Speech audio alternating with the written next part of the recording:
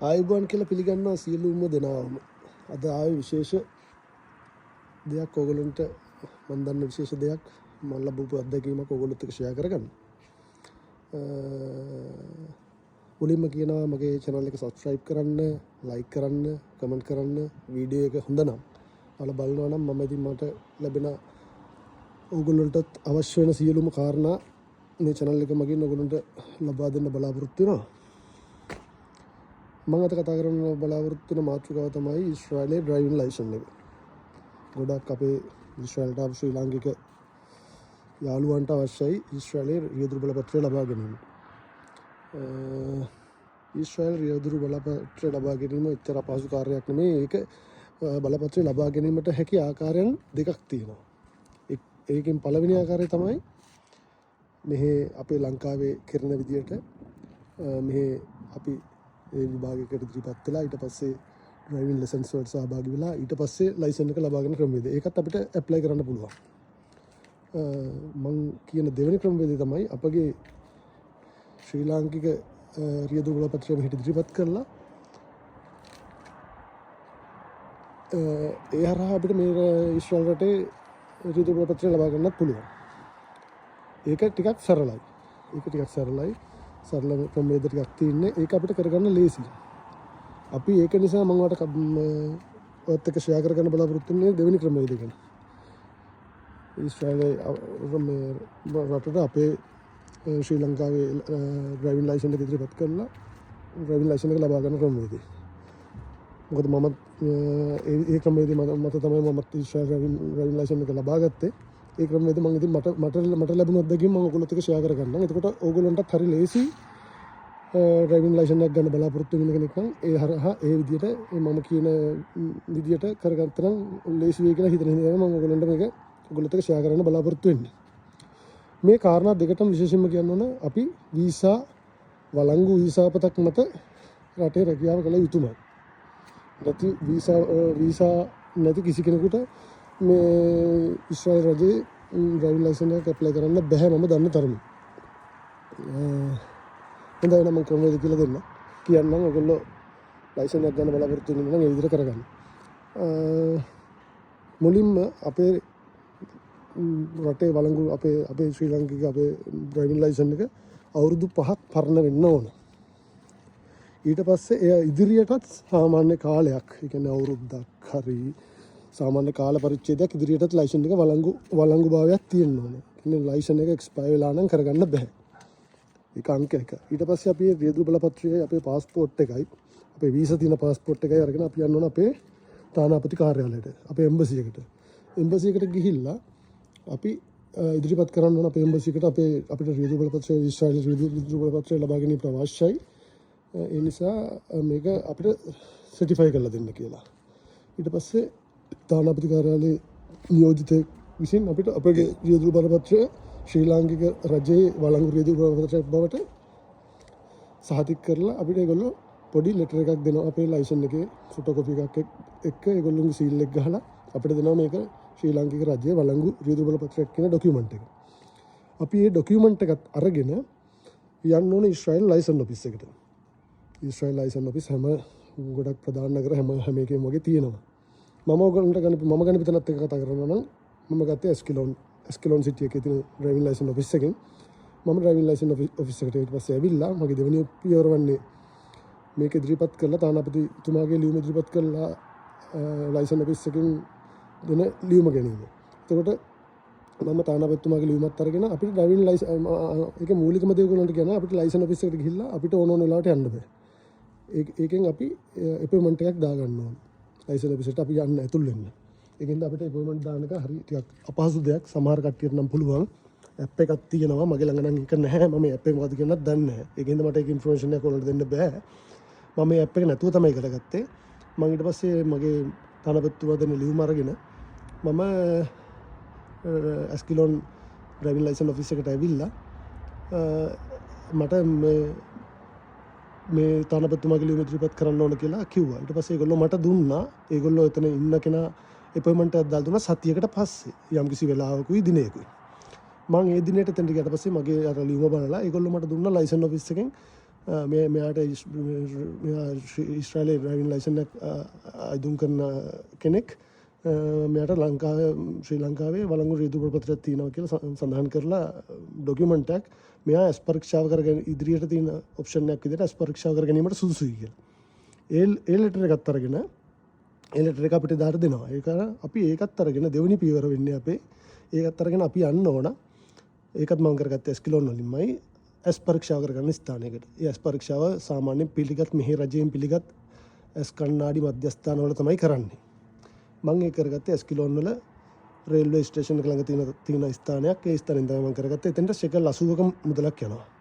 මට අතපසු වුණ දෙයක් කියන්න තානාපති කාර්යාලයෙන්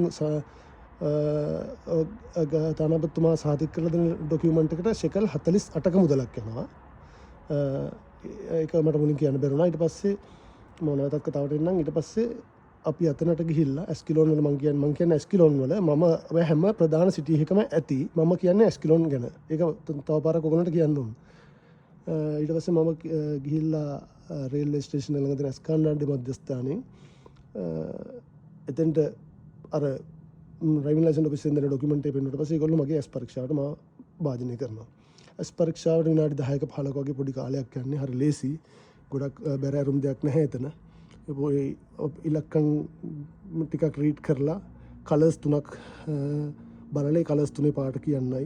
ලෙෆ්ට් සයිඩ් රයිට් සයිඩ් දකුණ වම පොඩ්ඩක් කලර් එකක් පත්තු කරනවා. ඒක හරි සරලයි. පොඩි දේවල් ටිකක් තියෙනවා. ඕන කෙනෙකුට කරන්න පුළුවන් කියලා මම හිතනවා. ඒ වගේ පොඩි මේකක් තියෙනවා. විනාඩි 10ක 15ක වගේ පොඩි ටෙස්ට් එකක් තියෙනවා. ඒක කරාට පස්සේ ඒගොල්ලෝ අපි ඒක පාස් වුණාට පස්සේ අපිට ඩොකියුමන්ට් එකක් දෙනවා කොළ දෙකක. ඒක ගන්න ඒගොල්ලෝ ඒ ටිකට ඒගොල්ලෝ ෂෙකල් 80ක් ගන්නවා.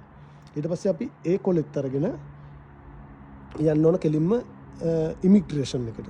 ඒ ඉමිග්‍රේෂන් එකත් මම ඇස්කිලෝන්මයි ගියා. ඇස්කිලෝන් ඉමිග්‍රේෂන් ඔෆිස් එකට ගියේ. ඒ ඉමිග්‍රේෂන් එකට ගිහිල්ලා අපි ඉමිග්‍රේෂන් එකට අපේ අර කොළ අපිට ඩ්‍රයිවිං ලයිසන් එකෙන් ඔෆිස් එකෙන් දීපු කොළයයි ඇස් කණ්ණාඩි කඩෙන් අපිට දීපු අපේ ඇස් පරීක්ෂා කරපු කොළයයි අපේ පාස්පෝර්ට් එකයි අපේ ලංකා රජයේ අපේ ඩ්‍රයිවිං ලයිසන් එක ඉදිරිපත් කරාට පස්සේ ඉමිග්‍රේෂන් එකට අපි මුකුත් කතා කරන්න අවශ්‍ය වෙන්නේ නැහැ. අපි අපොයින්ට්මන්ට් දාගන්න අවශ්‍යත් නැහැ ඉමිග්‍රේෂන් එකට. එතෙන්ට ගිහලා ඒ ටික ඉදිරිපත් කරාට පස්සේ ඒගොල්ලෝ අපිට දෙනවා අපි ඊශ්‍රායල් රටේ නීත්‍යානුකූල වීසා පදනමක් මත සේවය කරන සේවකයන් කියලා. රට ඇතුල් වෙලා සේවය කරන සේවකෙක් අවුරුදු 5ක වීසා එකක් මත කියලා සර්ටිෆයි කරපු බ්ලූ පේපර් කියලා එකට කියන්නේ නිල් පාට කොලයක් දෙනවා ඒගොල්ලෝ. අපි ඒ කොලෙත් අරගන්න ඕනේ. ඒක තමයි අපේ තුන්වෙනි ස්ටෙප් එක. අපි තුන්වෙනි ස්ටෙප් එක විදිහට ඒ කොලෙත් අරගත්තා. එතකොට අපි ළඟ දැන් කොළ තානාපතිතුමාගේ ලියුමත් එක්කම කොළ 4ක් තියෙනවා. ඊට පස්සේ අපි කොළ 4 කම්ප්ලීට් කරගෙන අපි නැවත වාරයක් ඇස්කිලෝන් වල තියෙන ඩ්‍රයිවිං ලයිසන් ඔෆිස් එකට යන්න ඕන. ඔෆිස් එකට ගිහලා නැවත වාරක් ඒගොල්ලන්ට කියලා මට මේ කොළ ටික බාර දීලා ඕගොල්ලෝගේ ලයිසන් එක ගන්න අවශ්‍යයි කියලා කිව්වට පස්සේ ඒගොල්ලෝ නැවත වාරක් ඒගොල්ලෝ අපොයින්ට්මන්ට් එකක් දාලා දෙනවා. අපිට එහෙම කිව්ව පළියට ඒ ගිහිල්ලා වෙලම ඒක බාර දෙන්න බෑ. ඒ පාර නැවත වාරයක් අපොයින්ට්මන්ට් එකක් දාලා දෙනවා තව සතියකට විතර පස්සේ. දවසයි වේලාවයි ඔක්කොම ඔයගොල්ලන්ට දෙනවා. හරියට ක්ලියර් ඒ වෙලාවට ඔයගොල්ලෝ එතෙන්ට යන්න ඕනේ. විනාඩි 15කට කලින් ඒ වෙලාවටම ඔයගොල්ලෝ ගන්නවා. හරිම ලස්සන ක්‍රම වේදයක් තියෙන්නේ. ඉතින් ඒකට ගිහිල්ලා අපි ඊට පස්සේ දිනේ වෙලාවෙන් කරගෙන ඊට පස්සේ ඒකට සහභාගී වෙලා අපි ඒ කොළ ටික ඉදිරිපත් කරාට පස්සේ අපගේ ආයි ඒගොල්ලෝ අපේ ඉල්ලනවා අපේ ඩ්‍රයිවිං ලයිසන් එකයි පාස්පෝර්ට් එකයි අපේ වීසා එකයි ඩ්‍රයිවිං ලයිසන් එකයි චෙක් කරනවා. ඒගොල්ලෝ නැවත වාරයක් ඊට පස්සේ ඒ ටික මේව කරලා විනාඩි 10ක් 15ක් වගේ සුළු කාලයක් තුල ඔයාලට නියමිත මේ රටේ ටෙම්පරරි ලයිසන් ටෙම්පරරි කොලේ ඔයාගේ අතර දෙනවා. ටෙම්පරරි කොලේ අතර දීලා ඒගොල්ලෝ කියනවා ඔයාලට දැන් ඉඳන් ඩ්‍රයිවිං කරන්න පුළුවන්. ඔයා මේකට සුදුසුෙක් වුණා කියලා එයාලා ඩොකියුමන්ට් එක බාර අරගෙන ඔයාලට ඩ්‍රයිවිං ලයිසන් කොලේ දෙනවා ටෙම්පරරි කොලේ. ඊට පස්සේ ඔයාලට කියනවා මේ ටෙම්පරරි කොලේ තියෙනවා 262ක ෂෙකල් 262ක් ගෙවන්න ඕනේ ටෙම්පරරි කොලේට. මේක ගෙවිය යුත්තේ පෝස්ට් ඔෆිස් එකට. පෝස්ට් ඔෆිස් එකට ගිහලා ඔයා ගෙවලා එතෙන් සිට ඩ්‍රයිවිං කරන්න පටන් ගන්න කියලා. ඊට පස්සේ අපි අර කොලෙත් අරගෙන අපේ වැඩ ටික කම්ප්ලීට්. දැන් අපි ලයිසන් එක අරගෙන ඉවරයි. මාස 7ක් සඳහා වළංගු ඩ්‍රයිවිං ලයිසන් පත අපිට ලැබිලා කොලේ අපිට ලැබිලි ඉවරයි ටෙම්පරරි එක. අපි ඒක අරගෙන ගිහිල්ලා තැපැල් කන්තෝරුවට 262ක මුදල ගෙවලා ටෙම්පරරි එක සර්ටිෆයි කරගන්න ඕන අපිට ඩ්‍රයිවිං කරන්න පුළුවන් කියලා. ඕක තමයි ක්‍රමවේදය.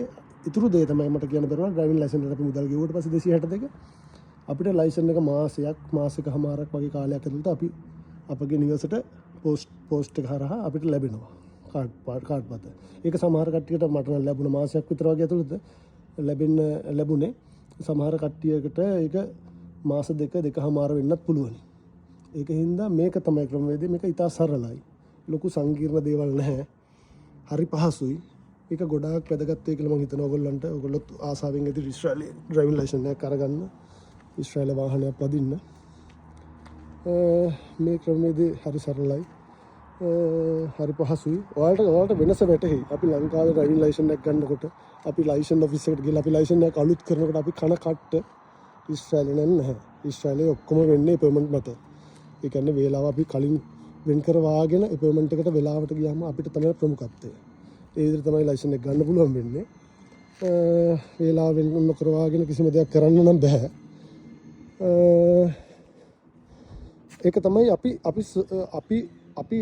විසින්ම අපිට ලයිසන් එක ලබා ගන්න පුළුවන් ක්‍රමවේද. තව ක්‍රමවේද තියෙනවා නේද? මෙහෙම මන් දන්නේ නැහැ හැකරන ආයතන මගින් තව එක ආයතන මගින් ලෝයර්ස්ලා ලයිසන් එක අරන් දෙනවා. ඒක ලොකු මුදලක් යනවා. මේකට යන්නේ බොහොම සුළු මුදලක්. ශෙකල් 262යි අතනවල ශෙකල් 48යි ස්පර්ක්ෂාට යන මුදලයි පමණයි. ශෙකල් 500කට අඩු මුදලකින් ලයිසන් එක ලබා ගන්න පුළුවන් ක්‍රමවේදය තමයි මම ඔයගොල්ලන්ට කිව්වේ. හොඳයි කියලා හිතනවා නම් මේක විදිහට ලයිසන් එක ලබා ගන්න කෙනෙක් ඉන්නවා නම් බලාපොරොත්තු වෙන මේක ලබා ගන්න. මම ඔයාලට දුන්නු දේ ඔයගොල්ලන්ට මම ඔයගොල්ලොත් එක්ක ෂෙයා කරගන්න දේ ඔයගොල්ලන්ට වටිනාකමක් තියෙනවා නම් මම නැවත වරක් කියන්නේ මට මේ වීඩියෝ එකට ලයික් එකක් දාලා කමෙන්ට් එකක් දාලා මගේ channel එක subscribe කරන්න කියලා. එහෙනම් බොහොම ස්තුතියි ඔයගොල්ලන්ට. නැවත වතාවක් ඔයගොල්ලන්ට වැදගත් වෙයි කියලා හිතන දෙයක් ඔයගොල්ලොත් එක්ක ෂෙයා කරගන්න බලාපොරොත්තු වෙන මම සමු ගන්නවා. බොහොම ස්තුතියි.